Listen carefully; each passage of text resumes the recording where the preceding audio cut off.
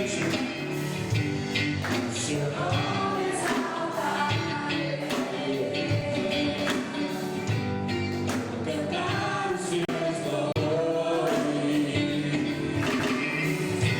Sou feliz por te dizer, sou feliz por te salvar. Seu nome exaltarei, seu nome exaltarei, cantar os seus louvores. Sou feliz por te dizer,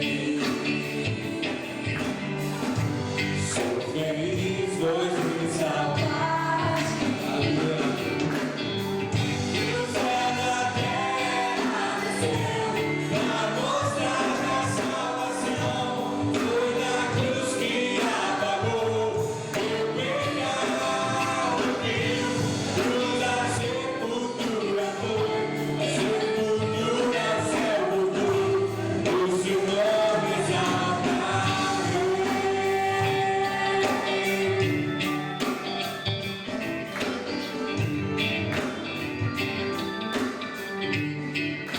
Vamos só a igreja cantando. É bonito. Vamos exaltar esse nome sempre. Vamos cantar. Sou feliz.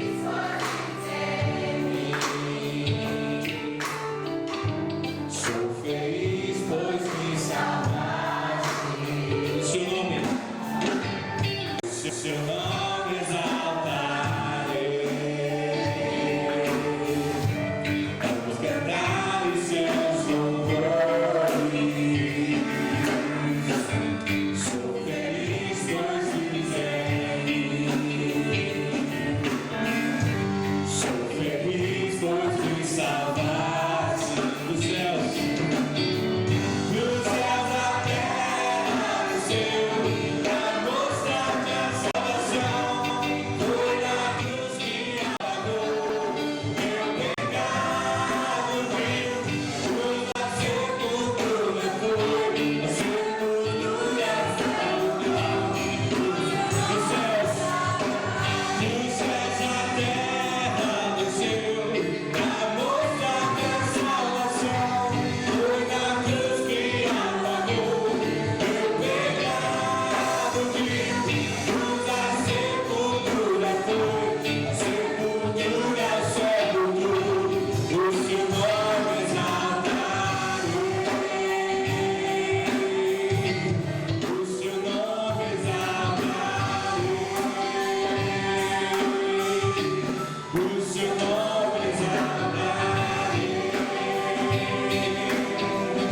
o seu nome exaltarei, o seu nome exaltarei.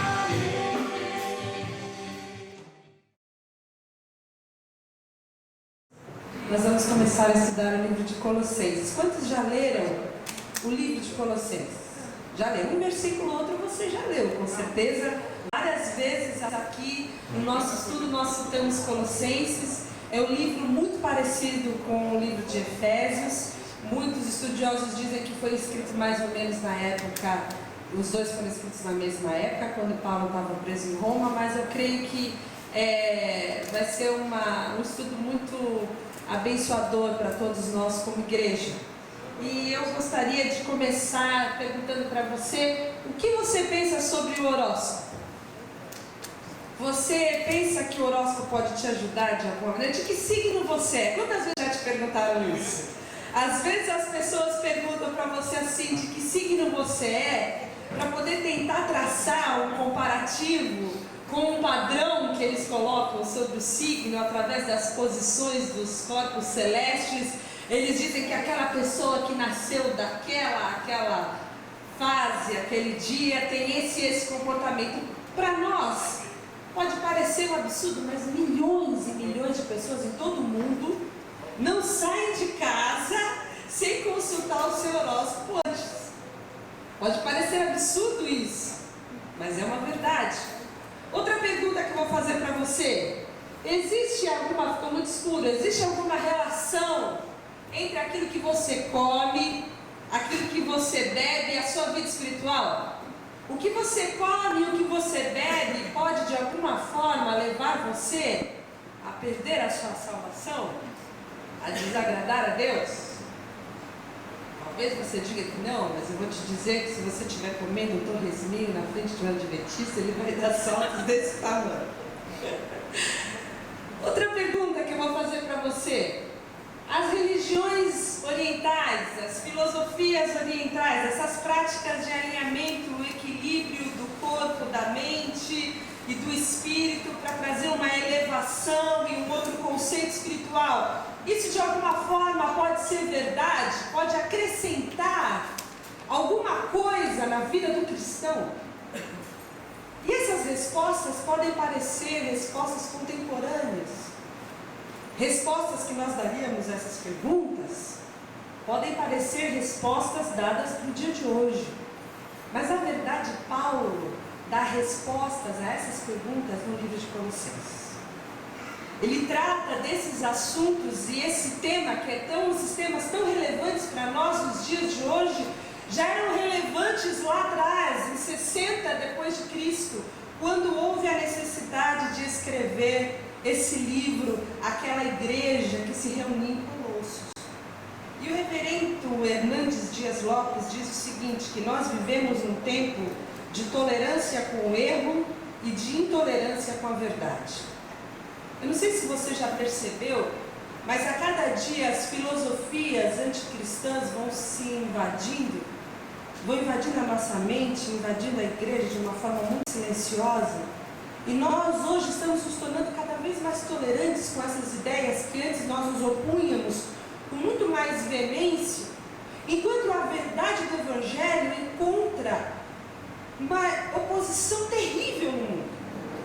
Nunca foi tão absurdo falar de Jesus, nunca a gente sofreu tanta oposição, nunca foi uma coisa tão retrógrada, antiga. O mundo se fecha cada vez mais para o Evangelho, enquanto a igreja se abre cada vez mais, de uma maneira cada vez mais tolerante para essas filosofias, essas ideias que são ideias anticristãs, que são ideias que se opõem ao Evangelho.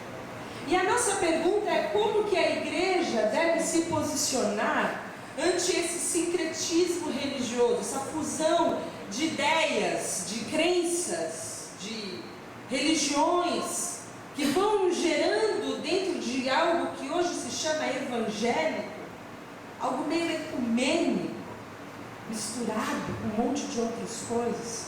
Como que nós vamos enfrentar as antigas e novas heresias que surgem hoje no mercado da fé, no show da fé? Como que nós como igreja vamos estar preparados, biblicamente preparados, para defendermos a nossa fé? Colossenses responde. O estudo dessa carta vai nos responder. E a carta de Colossenses ela é absolutamente importante, pertinente, necessária para a igreja, graça e paz, para a igreja contemporânea de um modo geral, por algumas razões. A primeira delas é porque a doutrina de Cristo tem sido atacada ao longo dos séculos. Não é de hoje que novas filosofias, novas religiões, livros e mais livros são despejados no mercado literário tentando desacreditar a Jesus Cristo como sendo Filho de Deus.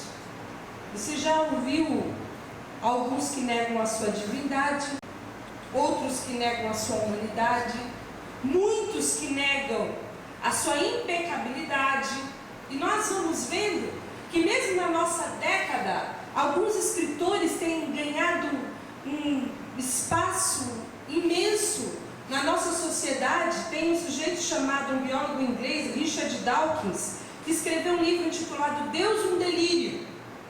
E os comentaristas, eu li um comentário sobre esse livro que diz que desde Nietzsche nunca Deus foi tão atacado como ele é atacado nesse livro. Era um comentarista não cristão que dizia isso, comentarista secular. Um outro jornalista inglês chamado Christopher Hitchens, que mora em Washington, escreveu Deus não é grande. E um filósofo americano, Sam Harris, é o autor de uma carta a uma nação cristã, que é um manifesto contra o evangelho, o cristianismo em defesa do ateísmo, e eles ganham inúmeros adeptos a cada dia, assim como a cientologia cresce, assim como o gnosticismo cresce.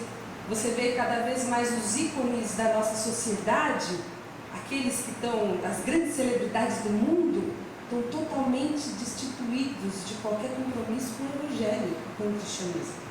Eles estão indo para o lado oposto. Nós, como igreja, percebemos que essa doutrina de Cristo sendo o Senhor dos senhores, sendo Deus que se fez carne, vai sendo atacada. A doutrina da criação também, irmãos, tem sido atacada. Antigamente, quando alguém perguntava sobre a teoria do evolucionismo, a gente só sabia dizer que o homem vinha do macaco. Hoje crescem cada vez mais as publicações e os estudos no sentido de atacar a doutrina da criação. Recentemente foi lançado, estreou um filme que chama A Criação, sobre a vida de Charles Darwin, onde ele coloca ali, eu não vi esse filme, mas é a história da crise dele com a igreja, quando ele escreveu o livro A Origem das Espécies em 1859. E hoje nas escolas só se propaga a teoria evolucionista. O criacionismo, a teoria, a doutrina inerrante das escrituras de que Deus é o criador de todas as coisas, é tipo como uma alegoria, uma história, uma lenda. E essa doutrina tem sido cada vez mais atacada. E aqui no livro de Colossenses, Paulo defende Jesus Cristo como sendo o criador de todas as coisas, dizendo que o universo não é resultado de uma geração espontânea, não é resultado da explosão cósmica, o universo não é resultado de bilhões e bilhões de anos de evolução. O universo visível e invisível foi criado por Deus, foi criado também por Cristo. E essa verdade controversa das Escrituras tem sido cada vez mais atacadas. Por isso nós precisamos conhecer Colossenses. Outro motivo pelo qual nós precisamos conhecer Colossenses é que a doutrina da redenção tem sido atacada com incansável persistência. Sempre se levantam falsos mestres, lobos vorazes, sempre de alguma forma se infiltra na igreja alguma ideia de que o homem pode se chegar a Deus através dos seus próprios esforços, de que eles não precisam do sacrifício expiatório de Cristo, não precisam da cruz de Cristo. E nós temos visto como, de alguma maneira, através da graça, através dos estudos da morte, do sacrifício de Jesus, como o legalismo afronta a graça de Deus. Mas enquanto nós temos acesso a essa palavra, inúmeros outros irmãos nossos estão sendo achacados, vivendo uma vida de culpa e de condenação. Por isso nós precisamos conhecer a doutrina da redenção, por isso nós precisamos conhecer Colossenses. Nós precisamos conhecer Colossenses porque a doutrina da santificação também tem sido atacada por várias ideias equivocadas. Não faltam ideias erradas acerca do estilo de vida que pode agradar a Deus. Uns tendem ao legalismo e o asceticismo, que nós vamos falar mais tarde, e nós sabemos que se a gente não anda dessa regra, a gente acaba descambando para o liberalismo, e de uma certa maneira a Igreja de Cristo tem perdido a noção e o conhecimento do que é a doutrina da santificação, e de como nós podemos andar a fim de agradar a Deus. E Paulo, na segunda parte de Colossenses, capítulo 3 e 4, aplica toda essa doutrina de uma forma bem prática, para que eu e você possamos viver aquilo que nós temos recebido. Nós vamos estudar hoje 3 pontos. Como era a cidade de Colossos, qual era o contexto que esses irmãos, para quem a carta é dirigida, viviam, como era essa igreja de Colossos, o que estava acontecendo ali, por que dessa carta, e a carta em si, algumas informações básicas a respeito dessa carta. Mas a cidade de Colossos, em primeiro lugar, ninguém sabe exatamente qual foi a sua origem. do tempo de Xerxes, que era o rei da Pérsia, de 486 a 465 a.C., mais ou menos 500 anos de Cristo, já há informação de que essa cidade existia. Heródoto, também o pai da história, por volta de 480 a.C., descreve a cidade de Colossos como sendo uma grande cidade. Só que essa cidade de Colossos, ela fez um caminho inverso. Ela começou na glória, e da glória ela veio para o esquecimento. Ela fez uma viagem decrescente. Essa cidade de Colossos, ela foi da riqueza à pobreza, da grandeza à insignificância. Então, algumas informações sobre Colossos. Em primeiro lugar, ela vivia das glórias do passado.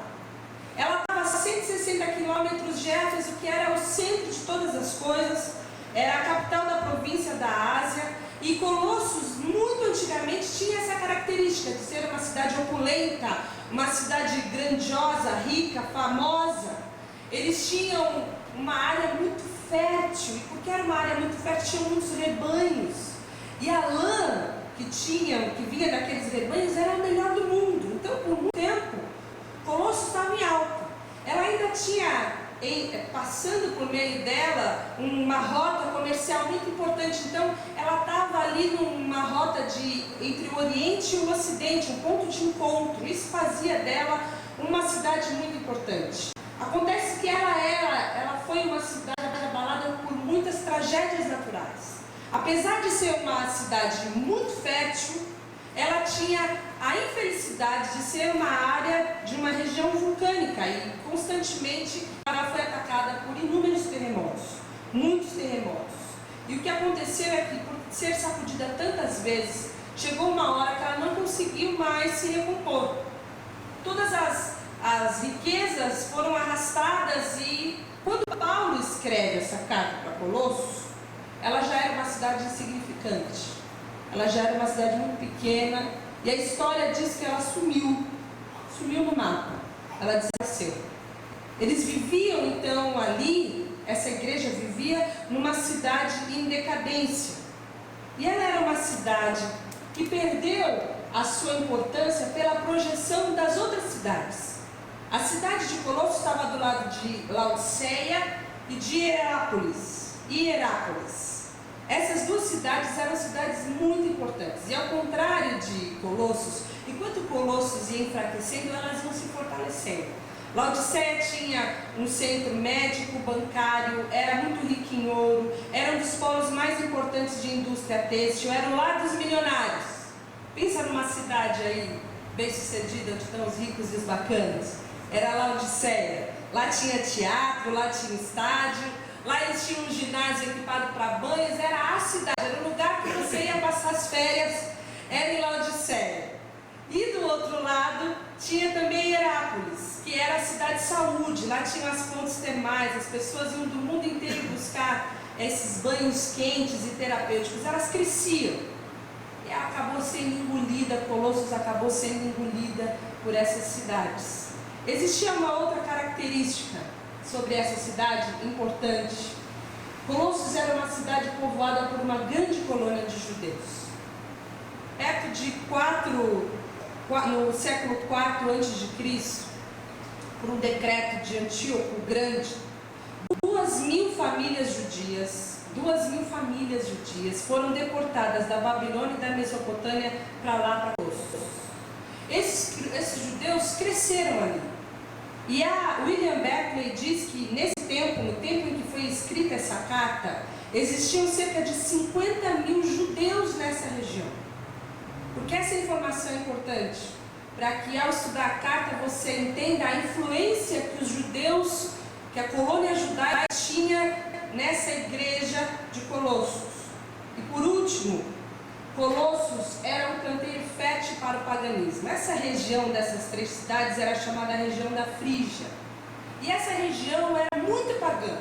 Era um lugar muito pagão. Existia uma grande deusa, mãe de todos, que chamava Cibele. E eles endeusavam e tinham vários cultos com rito de natureza, vinculados com costumes da fertilidade. E esses cultos cheios de êxtase, de muita alegria, de muita festa, muitas vezes eram iniciados com rituais de mutilação. Então, quando a gente vai ver lá no meio da carta, Paulo falando sobre a circuncisão, ele podia estar falando sobre a circuncisão pela influência dos judeus, que de fato queriam que todos se circuncidassem, como a gente vai ver, como também por conta desses rituais de mutilação que eram praticados por conta desse paganismo tão grande, desse culto a Cibele. Essa era a cidade para a qual a nossa carta é endereçada. Uma cidade em decadência, uma cidade engolida por outras cidades, uma cidade povoada por judeus, uma cidade acharcada pelo paganismo, uma cidade que sofria constantemente com as intempéries da natureza, com terremotos. Essa igreja sobrevivia, subsistia nessas condições. E como era essa igreja? Essa igreja de Colossos foi o resultado da pregação de Paulo. Paulo nunca visitou Colossos e nem fundou a igreja de Colossos. Mas essa pregação que se deu em Éfeso, que é descrita nos capítulos 19 e 20 de Atos, a palavra diz, no versículo 10 do capítulo 19, que todos os judeus e os gregos que vinham da província da Ásia ouviram a palavra do Senhor. O testemunho da cidade de Éfeso foi tão grande, foi tão eficaz, que a palavra de Deus se estendeu por toda a Ásia, chegando até Colossos, Laodiceia e Herápolis. Agora, durante o ministério de Paulo, lá em Éfeso, pelo menos 2 homens colossenses foram salvos. E talvez pela influência desses 2 homens colossenses, é que essa cidade foi salva. O primeiro deles é Epáfras. Ele é considerado o fundador da igreja. Em Colossenses 1,7, logo no início da carta, Paulo fala: como aprendestes de Epáfras, vosso amado conservo, que para vós é um fiel ministro de Cristo. Ele foi quem ministrou a essa igreja. Colossenses 4:12 e 13 diz: saúda-vos Epáfras, que é dos vossos, servo de Cristo, combatendo sempre por vós em orações, para que vos conserveis firmes, perfeitos e consumados em toda a vontade de Deus. Pois eu lhes dou testemunho de que tem grande zelo por vós, e pelos que estão em Laodiceia, e pelos que estão em Herápolis. Então Epáfras estava com Paulo, nós vamos chegar lá. Ele está saudando aquela igreja através dessa carta, e ele foi quem ministrou a Colossos e também a Laodiceia e também a Herápolis. Ele foi o fundador dessa igreja. E junto com ele também nós temos Filemon. Na carta de Filemon, no versículo 1 e 2, Paulo diz: Paulo, prisioneiro de Jesus Cristo, o irmão Timóteo, ao amado Filemon, nosso cooperador, e a nossa amada Áfia e Arquipo, nosso camarada, e a igreja que está em sua casa. Filemon era colossense, e Filemon tinha uma igreja que se reunia em sua casa. E os historiadores dizem, os teólogos dizem, que provavelmente Áfia e Arquipo eram respectivamente mulher e filho de Filemon. Essa era a família de Filemon. Filemon, Áfia e Arquipo. E que muito provavelmente o pastor, quem cuidava, quem pastoreava essa igreja era Arquipo. Em Colossenses 4,17, Paulo diz: dizei a Arquipo, atenta para o ministério que recebeste no Senhor, para que o cumpras. Tinha um ministério ali, naquela igreja. Então provavelmente os fundadores, aqueles que eram os responsáveis por essa igreja em Colossos, foi Filemon e Epáfras, que conheceram o Evangelho quando foram salvos através da ministração de Paulo. E eles fundaram essa igreja ali em Colossenses. E a pergunta para nós é: o que estava acontecendo nessa igreja para que essa igreja recebesse essa carta? Vocês se lembram quando nós estudamos Gálatas, que nós vimos juntos qual era o contexto daquela carta? Que havia uma pressão dos judaizantes, e que eles estavam querendo que eles retornassem, saíssem da graça, voltassem para o legalismo. Esse é o motivo. E a partir do motivo é que nós vamos compreender o porquê dessa carta. É muito importante essa introdução para que a gente possa caminhar sempre com esse pensamento. O que estava acontecendo lá naquela igreja? Naquela igreja estava acontecendo uma crise, uma grande crise. A igreja estava sendo ameaçada pela chamada heresia de Colossos. Paulo escreveu a igreja de Colossos porque estava acontecendo uma crise teológica ali. Paulo estava em Roma, Paulo estava preso. Paulo encontra Onésimo. Você já ouviu falar de Onésimo? Onésimo era um escravo fugido de Filemão.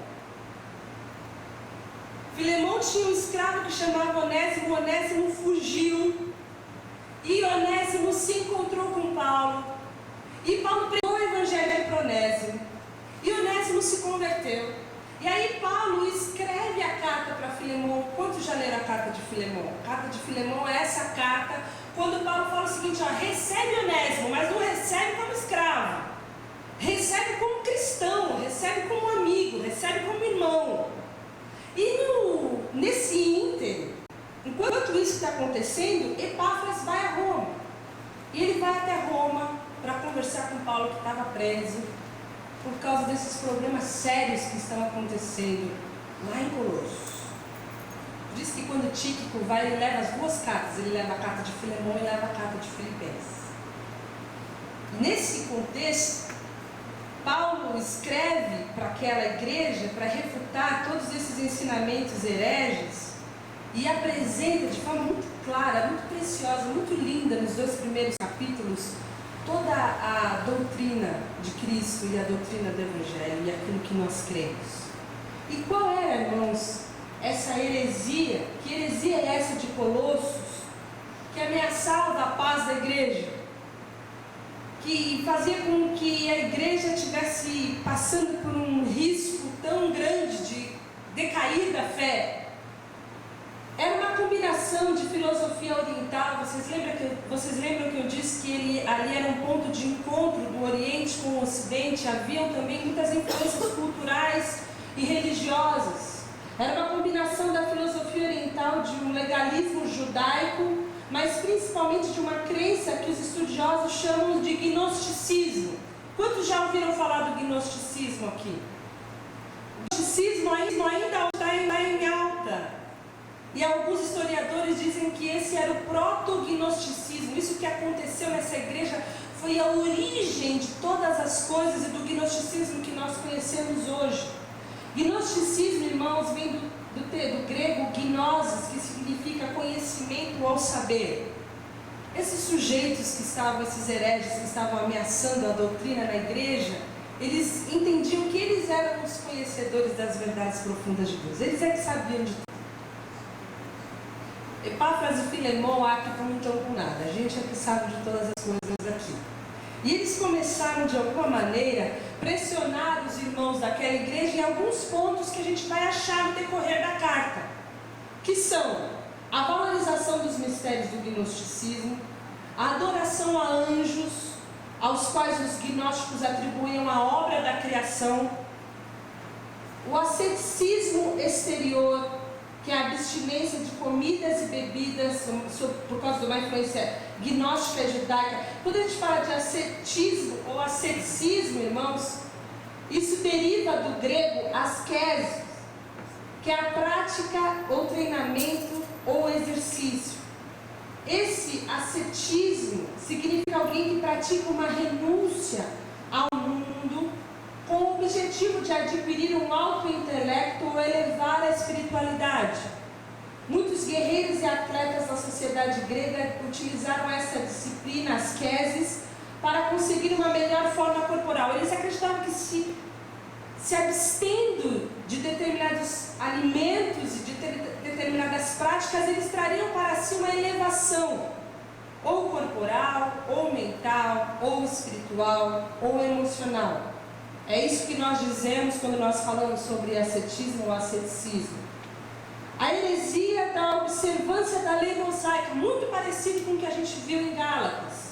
A prática da circuncisão, a comemoração das festas judaicas, eles queriam impor isso à igreja. A guarda do sábado, como existem muitos que até hoje guardam o sábado. E Paulo vem na carta de Colossenses combatendo tudo isso aí. Conforme a gente for lendo a carta, a gente vai ver que ele está combatendo exatamente essas heresias que são as heresias que estavam acharcando, pressionando aquela igreja ali em Colossenses. Quando a gente fala de gnosticismo, eles partem toda a filosofia de uma ideia, que o mal, a maldade, está ligada à matéria, ao que é material, ao que é físico. Todo mal está ligado à matéria. E desse conceito, vem outros conceitos muito perigosos. Se a matéria é má, então a encarnação divina não pode ser considerada nenhuma possibilidade. Se a matéria de fato é má, Deus, o divino, não pode ter contato com a matéria. Então, Jesus não era Deus e Jesus não se tornou homem. Essa é toda a base e um sistema doutrinário que negava a doutrina de Cristo, negava a divindade de Cristo, negava a obra da cruz. O primeiro e segundo capítulo de Colossenses, como nós vamos ver, refutam essa ideia, refutam esse pensamento gnóstico através da pregação da supremacia de Cristo.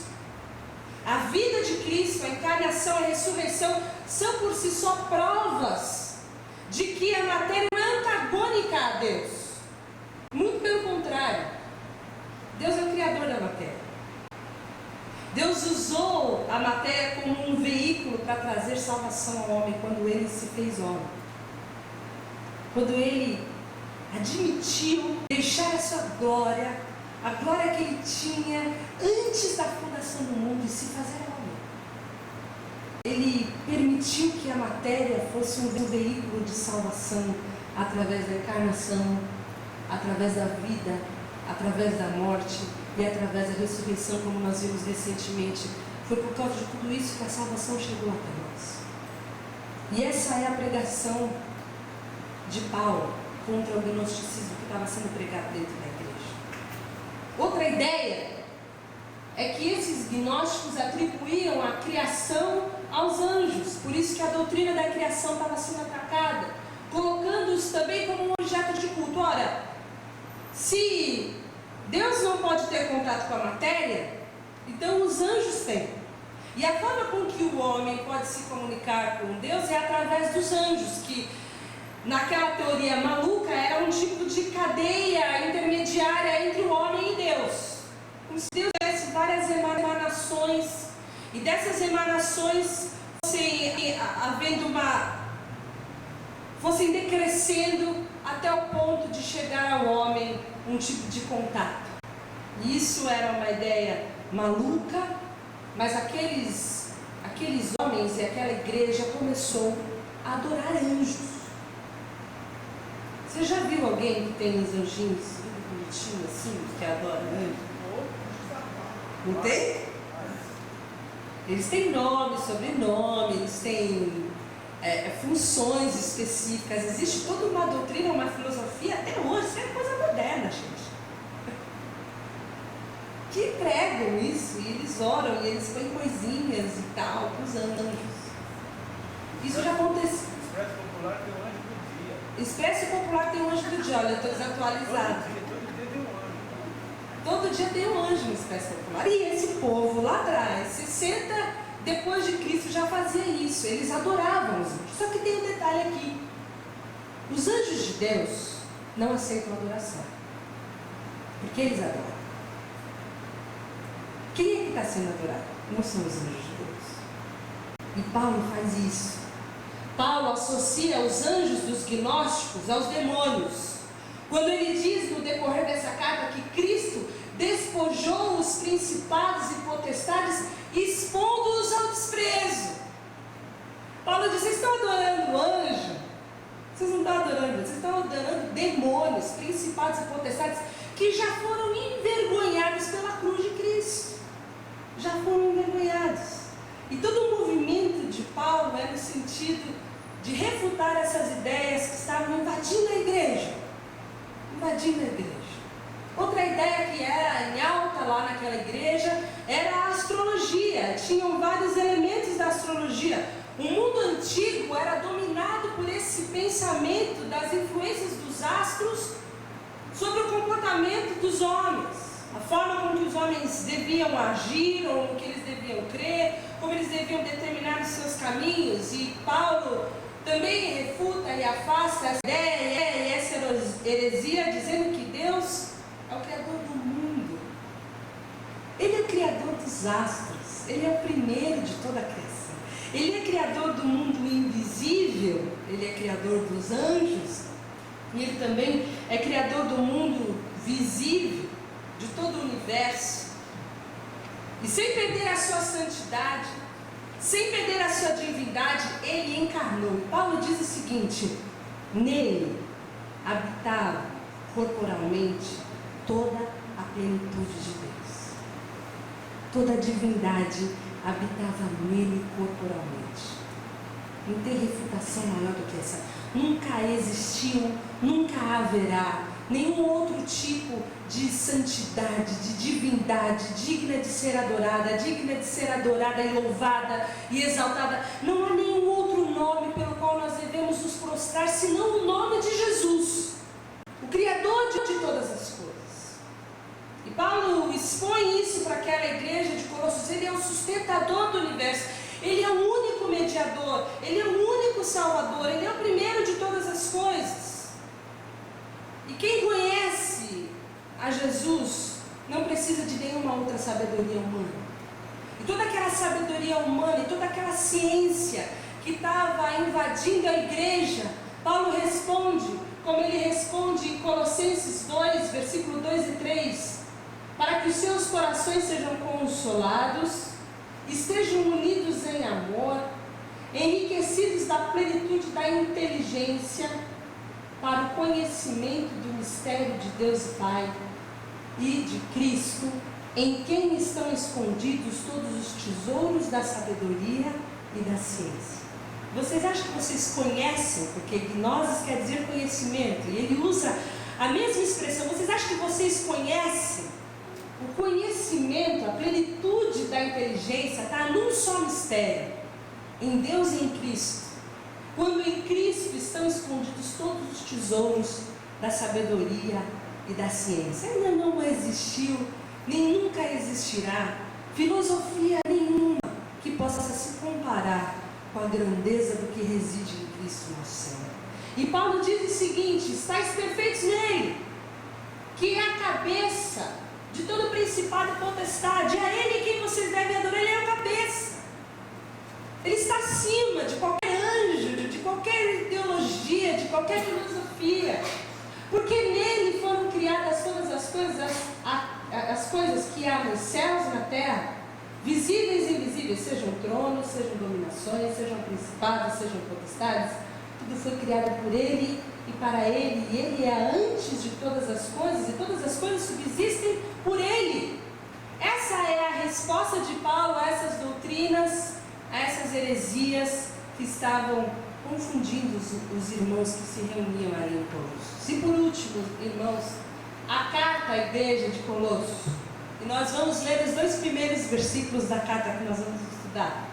E a nossa carta começa assim: Paulo, apóstolo de Jesus Cristo, pela vontade de Deus, e o irmão Timóteo, aos santos e irmãos fiéis em Cristo que estão em Colossos, graça a vós e paz da parte de Deus, nosso Pai, e do Senhor Jesus Cristo. O remetente da carta é Paulo.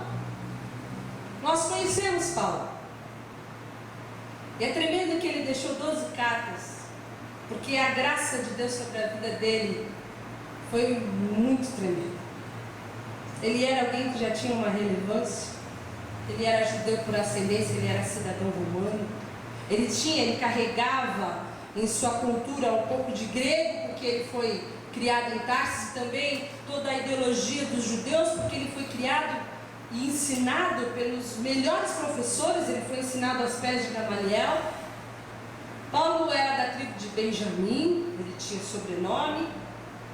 Paulo tinha sido um fariseu, um grande perseguidor da igreja, e ele chamava Saulo, até que ele cai em cavalo, até que ele se encontra com Cristo, até que Cristo chama para que ele seja um apóstolo, para que ele ministre junto aos gentios. E a gente vê que ele vai sempre vincular o nome dele, Paulo, apóstolo de Jesus. Porque antes de Jesus ele não era nada, ele era Saulo. E num determinado momento, em uma das cartas, ele fala: olha, tudo que eu era, tudo isso, eu reputo como um esterco perto daquilo, da graça pelo qual eu fui chamado. Tudo isso não é nada, não é nada. Perto da graça pelo qual eu fui chamado para ser apóstolo de Deus. Essa era a grandeza. E ele falava assim: eu sou o que sou pela graça de Deus.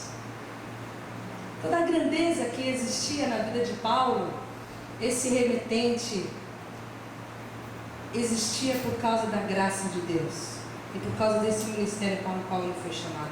Ele fala: Paulo, apóstolo de Cristo. E o destinatário da carta é a igreja de Colossos, como nós já vimos, essa igreja que não tinha sido fundada por ele, mas mantinha uma profunda ligação com ele e reconhecia a autoridade apostólica de Paulo e acolhia os seus ensinos. E o portador da carta, como eu já disse, era Tíquico. Como nós encontramos isso? Em Colossenses mesmo, 4, versículos 7 a 9, diz o seguinte: Tíquico, irmão amado e fiel ministro e conservo no Senhor, vos fará saber o meu estado, o qual vos enviei para o mesmo fim, para que saiba do vosso estado e console os vossos corações, juntamente com Onésimo, amado e fiel irmão, que é dos vossos. Ele vos farão saber tudo o que por aqui se passa. Tíquico, então, foi o portador das boas novas, ele foi o portador dessa carta, e ele foi o portador de Onésimo também. Ele estava indo levar Onésimo e entregar para Filemão, junto com a carta que Paulo entrega para Filemão. E o propósito da carta, irmãos? 2 propósitos. O primeiro era elogiar os cristãos pelo crescimento espiritual. Nós vamos ver isso no nosso próximo estudo, nos versículos 3 a 8 do capítulo 1. Paulo, como um pastor com sensibilidade, sabe da importância que existe no incentivo, no elogio, no encorajamento.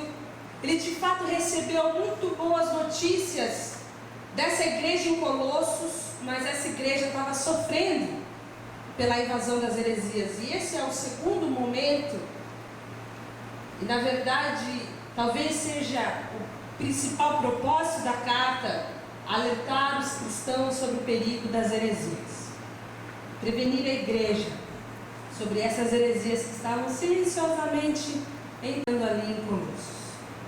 Esse é o nosso pano de fundo. Como nós vimos, a nossa doutrina, assim como naquela época, a doutrina de Cristo, a doutrina da criação, a doutrina da redenção, a doutrina da santificação, tem sido ainda hoje atacadas por inúmeras filosofias, ideologias, religiões, livros, publicações. Existem blogs anticristãos. Há uma veiculação maciça de ideias contrárias ao cristianismo. A igreja sofre com isso.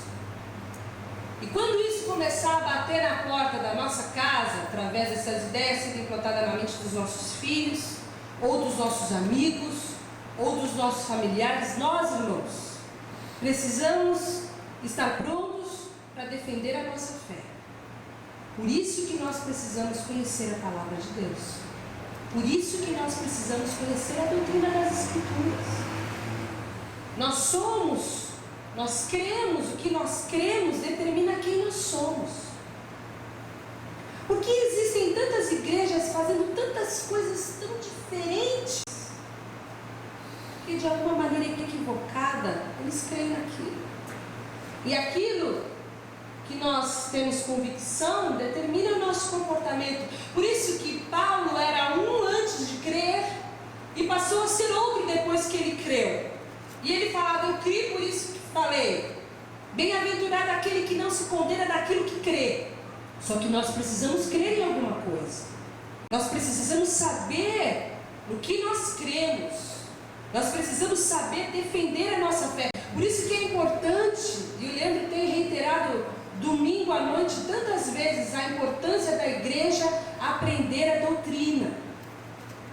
A importância da igreja aprender a defesa da fé, aprender as escrituras.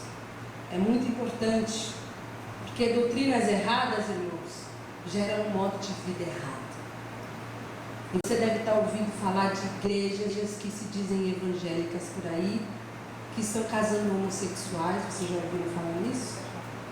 E tantas outras novidades que estão acontecendo nas igrejas que se dizem evangélicas, e tantas misturadas que se dizem evangélicas, que estão totalmente destituídas da verdade das escrituras, e que enquanto a igreja do Senhor Jesus Cristo não souber defender a sua fé, vai ficar como a igreja de Colossos, silenciada pela invasão dessas heresias. E como nós não queremos que isso chegue na nossa vida nem na nossa casa, nós precisamos conhecer as escrituras. E Paulo faz isso de uma maneira bem prática. Ele ensina no que nós devemos crer na primeira parte da carta, e na segunda parte da carta ele ensina como nós devemos viver. Como que essa doutrina toda vai ser aplicada no nosso dia a dia? Aí sim vai ter significado, aí sim vai ter relevância, porque a letra, os 2 primeiros capítulos por si só conhecimento aqui do blá blá blá, mata. Isso mata. É o Espírito que vivifica. É quando o Espírito de Deus aplicar essa verdade na nossa vida, e quando nós pudermos dizer que Cristo é o nosso universo, que dele emana toda a nossa decisão, todo o bem, todo o sentimento, todo o amor, todo o perdão, toda a nossa inspiração. Quando nós pudermos viver essa verdade, aí nós vamos ser vivificados pela doutrina de Cristo. Quando nós estivermos vivendo essa verdade, nós vamos poder glorificar a Deus nos guardando em pureza, que é um dos assuntos aqui. Nós vamos glorificar a Deus desfrutando da comunhão um dos outros, que é um dos assuntos de Colossenses. Nós vamos poder amar e viver uma harmonia em nosso lar, que é um dos assuntos em Colossenses. Vamos glorificar a Deus no nosso trabalho e com aqueles que nos servem, que também é um assunto de Colossenses. Nós vamos aplicar essa verdade. E como nós vivemos hoje nessa época de sincretismo religioso, dessa fusão de doutrinas de diversas origens, dessas crenças misturadas, nós precisamos conhecer. Nós vivemos esse momento como aquela igreja vivia de misticismo. Nós conversávamos na semana passada sobre igrejas que se dizem evangélicas, que vendem meinha. O que mais que vende? Rosa, toalhinha, o que mais? Aguinha. Olha isso, saboneira. É praticamente um supermercado nosso. Conveniência. Loja de conveniência. Ou conveniência e oportunismo, vamos dizer assim. Isso é misticismo, não são amuletos. São coisas, objetos ditos santificados. Paulo combate isso. Nós vivemos esse momento de legalismo, onde a imposição de determinadas práticas levam você a ter medo de perder a salvação. Quantos irmãos vivem nessa situação? Talvez algumas pessoas que até você conhece, que não conhecem a graça de Deus. Não conhecem a graça de Deus. As religiões orientais, com as técnicas de relaxamento, respiração, transcendência mental, equilíbrio da mente e do corpo. Quantos irmãos estão aí? Já que o Espírito Santo não está fazendo muito bem a obra dele, eu vou fazer uma yoga. Vou fazer uma meditação, eu vou dar ajudinha. Quando você que não tem sido um lugar de manifestação com o Espírito Santo de Deus. É uma ajudinha, é para crescer. Esse asceticismo, essa proibição de tantas coisas, irmão, de ingestão de comida, de bebida. As minhas filhas vivem meio que debaixo dessa coisa tremenda. Na semana passada, coisa de adolescente, diria a Vanessa, a minha filha estava com todos os dedinhos pintados de branco e um pintadinho de preto. Coisa da moda. E na escola mandaram tirar. Porque aquele preto não podia. Não pode. E aí eu perguntei, você sabe do que é feito a unha? É um tipo modificado de cabelo, não é? É. E por que pode pintar o cabelo e não pode pintar a unha? Ah, não sei. Não pode. É proibido. A saia não pode chegar além dos joelhos. O limite da saia que Deus se agrada é a que não mostra os joelhos. Senão vai para o inferno, Luiz diz. É bom arrumar um maiô que cubra os joelhos, porque Deus é Deus da praia também. Ele não deixa de ser Deus da praia. E olhe para que ele não venha enquanto você estiver tomando banho, que a coisa vai ser séria. São ideias e proibições que geram uma prisão. E nós vivemos debaixo disso. Vivemos debaixo disso. Onde nós nos preocupamos muito menos com o Evangelho da Graça, muito menos com Jesus, muito menos com a essência, muito menos com uma vida de glorificação do que com essas coisas. Essas coisas tomam toda a nossa atenção, o nosso tempo, o nosso pensamento.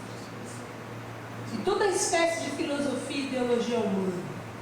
Os conhecedores estão por toda parte. Nunca ninguém teve tanto conhecimento das coisas espirituais como se tem agora.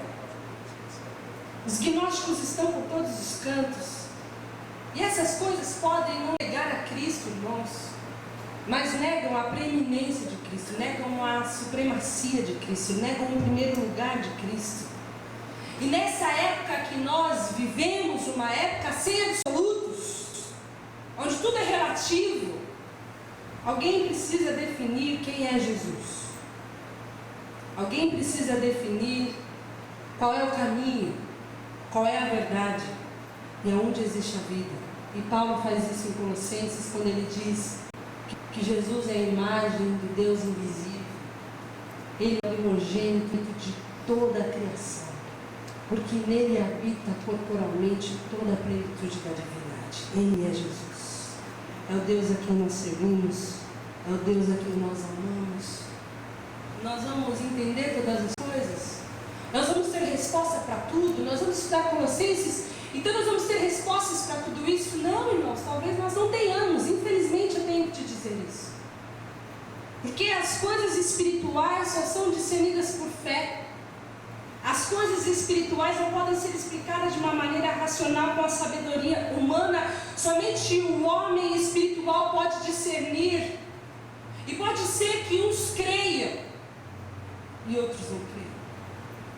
Pode ser que uns creiam, como diz em Colossenses, que nele foram criadas todas as coisas que há nos céus e na terra, visíveis e invisíveis, sejam tronos, sejam dominações, sejam principados, sejam potestades. Tudo foi criado por Ele e para Ele. Ele é antes de todas as coisas e todas as coisas subsistem por Ele. Ele é a cabeça do corpo, da igreja. Ele é o princípio e o primogênito dentre os mortos, para que em tudo tenha a preeminência, porque foi do agrado do Pai que toda a plenitude nele habitasse. Tudo que é divino, não é nada inovador.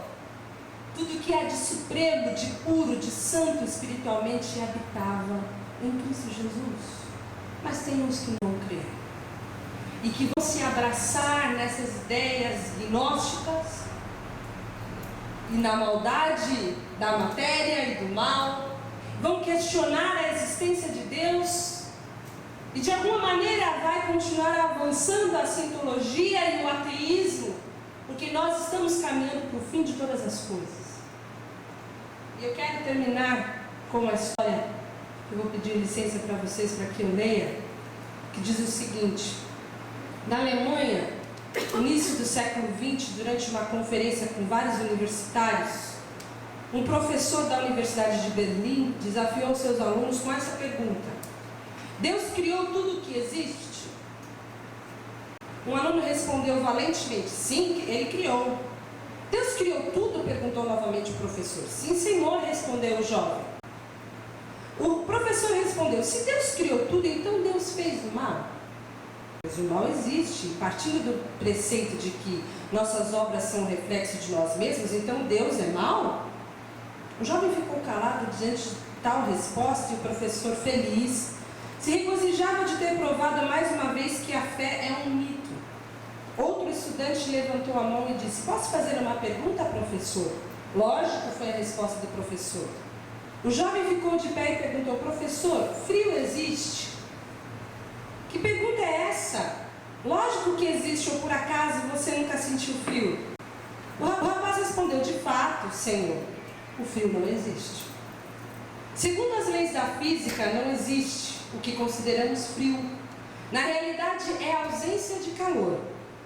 Todo o corpo ou objeto é suscetível de estudo quando possui ou transmite energia. O calor é o que faz com que esse corpo tenha ou transmita energia.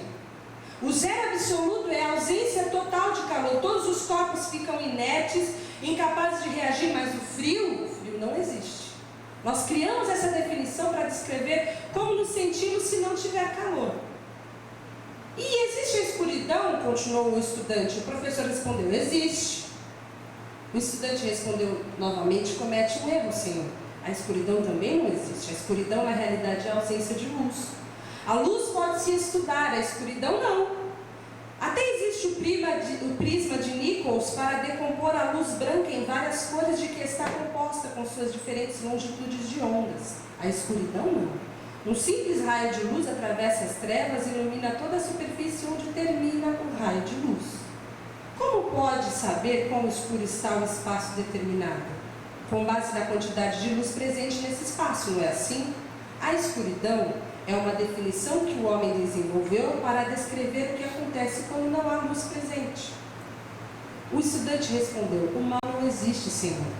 Pelo menos não existe por si mesmo. O mal é simplesmente a ausência do bem. É o mesmo dos casos anteriores. O mal é uma definição que o homem criou para descrever a ausência de Deus. Deus não criou o mal. Não é como a fé ou como o amor, que existem como existem o calor e a luz. O mal é o resultado da humanidade não ter Deus presente em seus corações. É como acontece com o frio quando não há calor, ou escuridão quando não há luz. E por volta dos anos 1900, esse jovem foi aplaudido de pé. E o professor apenas balançou a cabeça, permanecendo calado. E imediatamente o diretor dirigiu-se àquele jovem e perguntou qual era o seu nome. E ele respondeu: Albert Einstein. É uma história, eu não estava lá, não sei se é verdade, mas é algo muito interessante e uma resposta aos que se dizem conhecedores. O mal existe no mundo porque nós ainda não conhecemos o bem de forma suficiente para pregar que Jesus Cristo é o Senhor de todas as coisas. Quando conhecerem a Jesus dessa forma que nós conhecemos e crescerem em conhecimento dessa forma que nós vamos crescendo, o mal vai se dissipando. Nós vamos crescer dessa maneira, nós vamos ser aqueles que creem, porque a fé vem de ouvir e ouvir a palavra de Deus. Se você quer ter a sua fé aumentada, se você quer saber no que você crê, eu convido que você faça parte, não só das nossas reuniões pela manhã, mas que você faça sempre um esforço a mais, não por causa da sua salvação, mas para que você possa defender a sua fé e participe conosco das nossas reuniões de estudo, onde nós vamos estar conhecendo cada vez mais a Jesus. Amém? Vamos orar. Senhor, nós te louvamos e te agradecemos pela tua palavra. Porque assim como o Colossos e aquela igreja ali, nós não temos muita relevância, a nossa relevância está em Cristo Jesus e na graça que nos alcançou.